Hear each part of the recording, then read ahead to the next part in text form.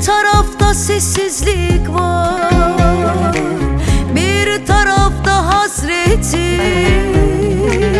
Ağır gelir gönlüme yar, kalbimde kıyameti. Bir tarafta sessizlik var, bir tarafta hasreti.